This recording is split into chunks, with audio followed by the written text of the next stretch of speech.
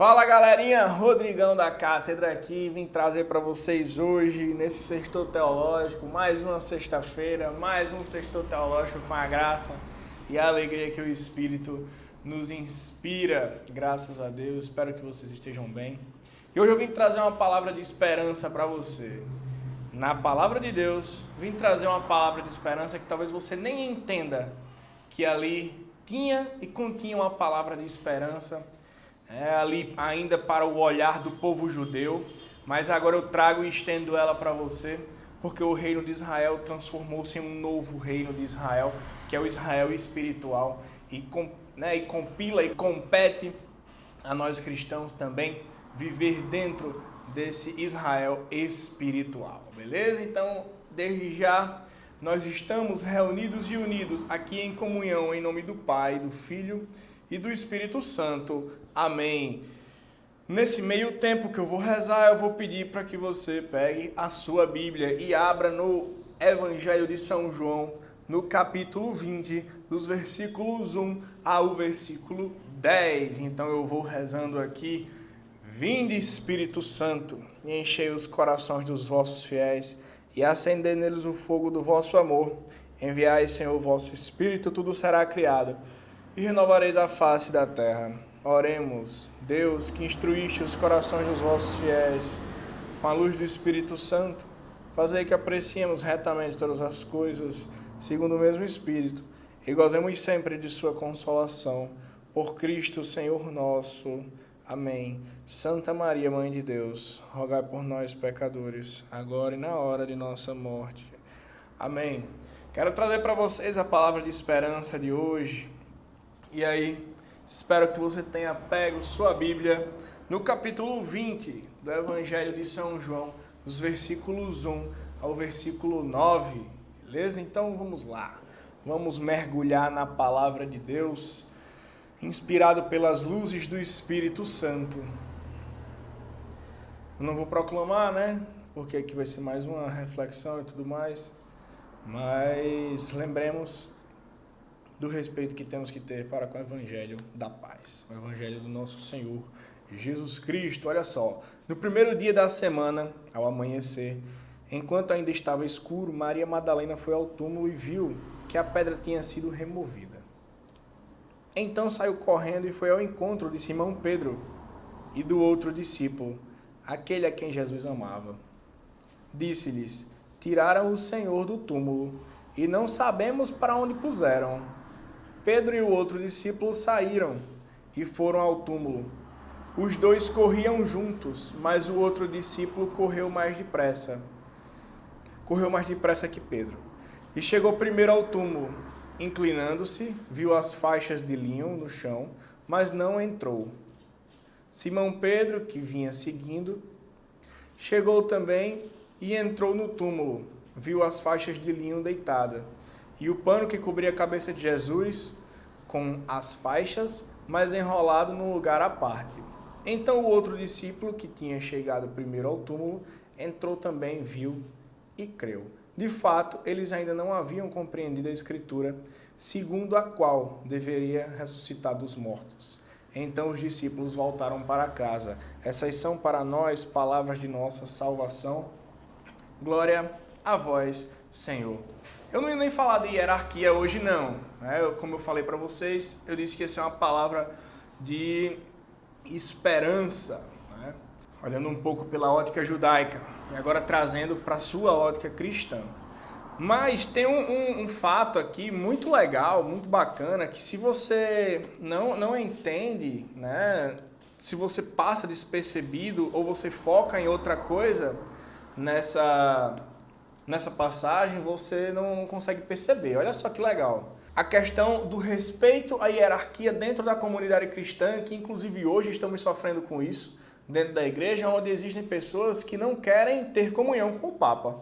Existem sim dentro da igreja pessoas que não têm Francisco como Papa. E isso é um prelúdio de um cisma, mesmo que espiritual. Porque você não conceber na sua igreja o próprio Papa, né? Tem até uma brincadeira que diz, se Cristo o confiou como chefe da igreja, por que você não confia? Então, eu quero abrir aqui os olhos de vocês para se atentarem com coisas que tudo que separa não procede de Deus. Lembrem-se disso, tudo que separa não procede de Deus. Por quê? Deus é a força criadora maior. Deus ele é um ser criador. Deus ele cria para a unidade. Por isso que a igreja ela é una, santa, católica e apostólica. A primeira dessas 4 características ela é una, né? Então, Deus ele é um ser criador onde ele agrega. E aí quando você tem aquilo que separa, você já está falando a palavra no latim, que é diabolos. Acho que é no grego, perdão. Diabolos, né? O diabolos é aquele que se entrepõe no meio. A palavra diabo, né? Já no português, ela nasce da palavra diabolos, que significa aquele que entrou no meio, ou aquele que separa aquilo que está unido. Então, já deixo aqui para vocês essa dica, né? Aquilo que separa não vem de Deus. Então, você já segura essa dica aí, guarda no coração, que minha Bíblia fechou aqui, e vou botar aqui no Evangelho de São João, no capítulo 20. Mas é isso aí. Então, só para a gente ter uma noção da ideia, da importância da hierarquia que os primeiros cristãos, nas suas primeiras comunidades, né, ali no início da comunidade cristã, eles já viviam a hierarquia e tinham Pedro como o vigário de Cristo real, como o Cristo deixou. Olha só que legal. Os dois corriam juntos. Os 2 discípulos corriam juntos. Estão no versículo 4. O outro discípulo correu mais depressa que Pedro e chegou primeiro ao túmulo. Inclinando-se, viu as faixas de linho no chão, mas não entrou. Simão Pedro, que vinha seguindo, chegou também e entrou no túmulo. Ou seja, o discípulo amado corre, chega antes, mas não entra. Porque aquele que deveria entrar é o primus, é o primeiro escolhido de Deus. Porque com ele, está a administração da igreja. Então ali é a representação da igreja buscando o seu amado. Então você tem a igreja buscando o seu amado, enquanto aquele que vinha antes, aquele que ama, né? Aquele que ama estava buscando também o seu amado, mas ele espera por Pedro. Inclinando-se, viu as faixas e tudo mais. Aí, versículo 6. Simão Pedro, que vinha seguindo, chegou também e entrou no túmulo. Viu? Aí aqui é o que eu quero trazer, a palavra de esperança para as nossas vidas. Final do versículo 6, né? Ele diz, viu as faixas de linho deitadas e o pano que cobrira a cabeça de Jesus, não com as faixas, mas enrolado num lugar à parte. Então o outro discípulo que tinha chegado primeiro, e aqui 2 versículos depois, o evangelista ainda frisa isso de novo, né? Chegou primeiro ao túmulo, entrou também, ou seja, ele espera, Pedro entra, vê, tem aquela experiência, né, que eu vou explanar para vocês aqui, tem aquela experiência com os panos jogados ali e tudo mais, depois o discípulo amado, que chegou primeiro, ele entra. De fato, eles ainda não haviam compreendido a escritura segundo a qual ele deveria ressuscitar dos mortos. Beleza. O que eu quero trazer para vocês é o que significa isso. Ver as faixas de linho deitada e o pano que cobrira a cabeça de Jesus, não com as faixas, mas enrolado no lugar à parte. Tem uma história judaica, que é isso que eu quero trazer para vocês hoje. Existe uma história judaica, né, para contar esse fato, que é assim: um senhor estava jantando na sua casa e aí ele terminou o seu jantar. Com isso, ele dobra os panos, né, o guardanapo, ele dobra o guardanapo e coloca do lado do prato e ele se retira. Aquele guardanapo está dizendo para o seu servo que ele não mais vai voltar. Mas, se ele está jantando e precisa ir no banheiro, por exemplo, ou atender alguma pessoa que chegou na porta, ele somente solta o guardanapo e por aquele guardanapo solto, não dobrado, aquele guardanapo solto, ou seja, jogado ao lado, como diz a Sagrada Escritura, ele está se comunicando com o seu servo, dizendo: não mexa no meu prato, não mexa na minha comida, eu vou voltar.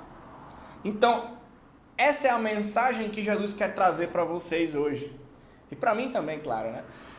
Essa é a mensagem que Jesus traz para nós nesse sexto teológico de hoje. Ele, quando morre e some, ele solta o guardanapo da teologia judaica, digamos assim, ao lado. Aquele guardanapo não está junto, né? Até porque era um pano à parte que cobria o rosto. Então, o pano que cobria o rosto estava à parte jogado de forma lateral ali, solto no lugar à parte. Solto num lugar onde pudessem perceber que aquilo ali estava realmente solto e não estava organizado, dizendo, não, eu não vou mais voltar. Mas ele está dizendo, pelo seu guardanapo, né, pelo seu paninho de rosto, eu voltarei. E aí por isso que o evangelista depois diz assim, eles não entenderam a escritura de que ele deveria, né, ressuscitar dos mortos. Porque realmente, ele dizendo que vai voltar, né, no seu leito de morte, ele ressuscitaria. Mas para a nossa humanidade decaída, para a nossa humanidade fraca, pela nossa humanidade pobre, nós, assim também, nós não entenderíamos. Você, se a gente chegasse no sepulcro de Cristo e visse só aqueles panos ali, se a gente não conhecesse também liturgia judaica, de teologia judaica, mas se a gente... É humanamente impossível você ressuscitar. É humanamente impossível. Carnalmente falando também, porque aí a gente falaria, né, estaria anulando aqui a vida eterna. Mas, carnalmente falando, com os nossos olhos, só que Cristo é Deus. Ele teve um propósito, tem um propósito para a ressurreição dele. E aí é o convite que eu quero fazer.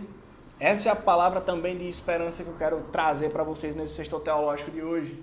Que é justamente, tenha a certeza que o Cristo vai voltar, e digo mais, fomente a ressurreição de Cristo no seu coração. Beba da ressurreição dele, sem nunca esquecer da cruz. Porque como São Paulo diz, na carta aos Gálatas, o mundo já está crucificado para mim e eu já estou crucificado para o mundo. Eu quero viver em Cristo. Que Cristo possa viver no seu coração, nas nossas vidas. Deixa eu pegar aqui ela na íntegra, né? Eu estava lendo ontem a carta aos Gálatas. Que carta fantástica. Também, doravante, que ninguém me moleste, pois eu trago no meu corpo as marcas de Cristo. Que você também possa ter no seu corpo as marcas de Cristo, não de forma carnal, jorrando sangue, mas que a sua vida seja um calvário que leve a Deus, porque toda a nossa vida tem dificuldades, né? Então, que essas dificuldades, sendo entendidas como um calvário e entendidas como dores que você pode oferecer para unir o seu sofrimento a Cristo na cruz, faça isso, porque Cristo vai te recompensar. Ele olha para nós e diz, você já tem sua recompensa, né? Então que a gente busque e galgue tesouros no céu. Quanto a mim, que eu me glorie somente na cruz do nosso Senhor Jesus Cristo, por ele o mundo está crucificado para mim, como eu estou crucificado para o mundo. Ser ou não circuncidado não tem importância. O que conta é ser uma nova criatura. É pela cruz de Cristo que nós seremos novas criaturas. É pela cruz de Cristo que a gente vai ser uma pessoa nova. Nós ressuscitaremos, né? E assim, quando morrermos, nós viveremos para a vida eterna.